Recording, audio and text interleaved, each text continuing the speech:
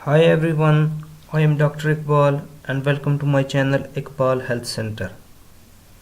जैसा कि आप लोग जानते हैं कि हम अपने चैनल में मुख्तलिफ अमराज़ की तशख़ीस और उनके इलाज के बारे में बताते हैं। इसके अलावा आप हमसे ले सकते हैं हेल्थ एंड ब्यूटी टिप्स, जिससे आप अपनी ज़िंदगी को मज़ीद खुशगवार बना सकते हैं और घर बैठे मुफीद मालूमात और मुफ्त भी मशवरे भी हासिल कर सकते हैं।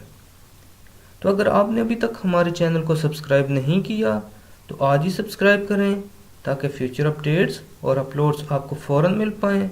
और अगर आप पहले से सब्सक्राइबर हैं तो नोटिफिकेशन बेल पर क्लिक करें ताकि जैसे ही कोई वीडियो अपलोड हो आपको फ़ौरन नोटिफिकेशन मिल पाए और आप उस वीडियो से मुस्तफ़ीद हो सकें।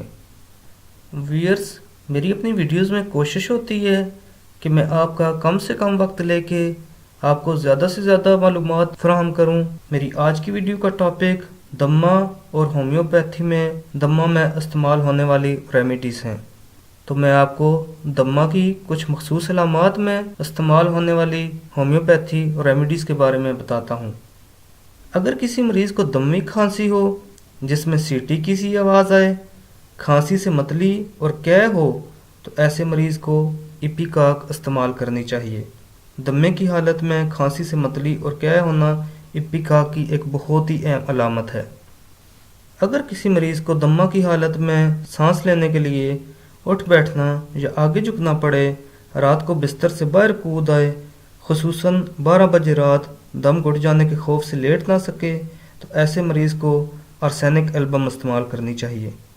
अगर किसी दम्मा के मरीज़ को सांस में बेचैनी हो, सीटी की सी आवाज़ आए, सांस के साथ खरखराहट हो, गहरा सांस लेने से दमकुशी हो, सर को पीछे की तरफ झुकाना पड़े और बैठना पड़े, स्पेशली जल्दी अमराज के दब जाने से दम्मा हो और दम्मा जो खुली हवा में बढ़ जाए, तो ऐसे मरीज़ को हाइपर सल्फर इस्तेमाल करनी चाहिए।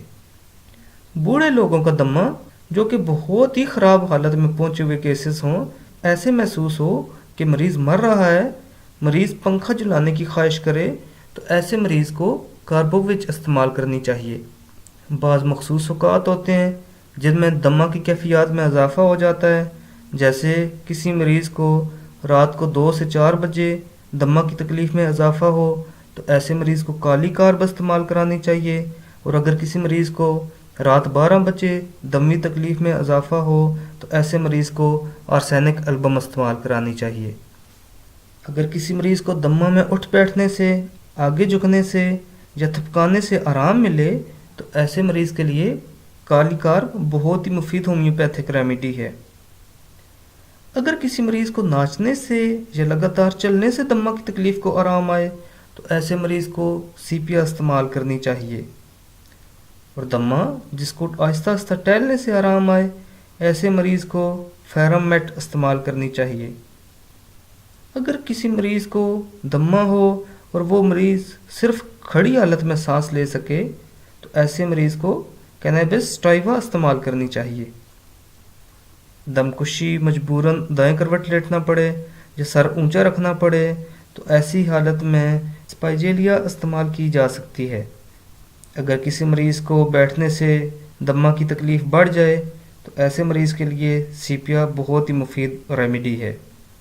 और अगर किसी मरीज़ को खुली हवा में या उठ बैठने से तकलीफ़ बढ़ जाए, तो ऐसे मरीज़ के लिए होम्योपैथिक रेमेडी सोराइनम बहुत ही अहम असर रखती है।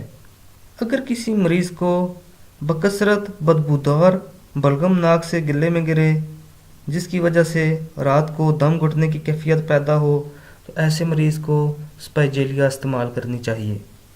दम्मा में लैसदार दागों की तरह खिंच जाने वाले बलगम का अखराज हो, तो काली बाई बहुत ही मुफीद रेमेडी है। ऐसा मरीज़ जो दम्मा में बलगम को खारिज ना कर सकता हो, शदीद कमज़ोरी हो, लेकिन जैसे ही बलगम खारिज करने के काबिल हो जाए, तो तकलीफ़ में अफाका हो जाए, तो जिंकम मेट बहुत ही अहम असर रखती है। अगर किसी मरीज़ को जल्दी अमराज के दब जाने की वजह से दम्मा हो, तो ऐसे मरीज़ को हाइपरसल्फ, सोराइनम या आर्सेनिक एल्बम इस्तेमाल कराई जा सकती हैं। व्यूअर्स, मौसमी रतूबात की वजह से हो जाने वाला बच्चों का दम्मा नेट्रम सल्फ के ज़ुमरे में आता है। और अगर ऐसा दम्मा हो जिसमें खुश्क सर्द हवा से तकलीफ़ बढ़ती हो, لیکن مرطوب ہوا میں افاقہ رہتا ہو تو ایسی صورتحال میں ہیپر سلف بہت ہی اہم اثر رکھتی ہے۔ اگر دمہ میں دوسری ادویات کام نہ کریں تو نیٹرم سلف کی کچھ خوراکیں دینی چاہیے، اس سے دمہ کافی حد تک کنٹرول ہو جاتا ہے۔ دمہ کی تکلیف میں گرمی کی لہریں اچانک محسوس ہوں، کپڑوں کو ضرورتاً ڈھیلا کرے تاکہ دم گھٹنے سے بچا رہے، تو یہ لیکسس کی ایک بہت ہی نمایاں علامت ہے۔ ویئرز، امید کرتا ہوں میری آج کی ویڈیو آپ کو پسند آئی ہوگی اور آپ کے علم میں یقیناً اضافہ ہوا ہوگا۔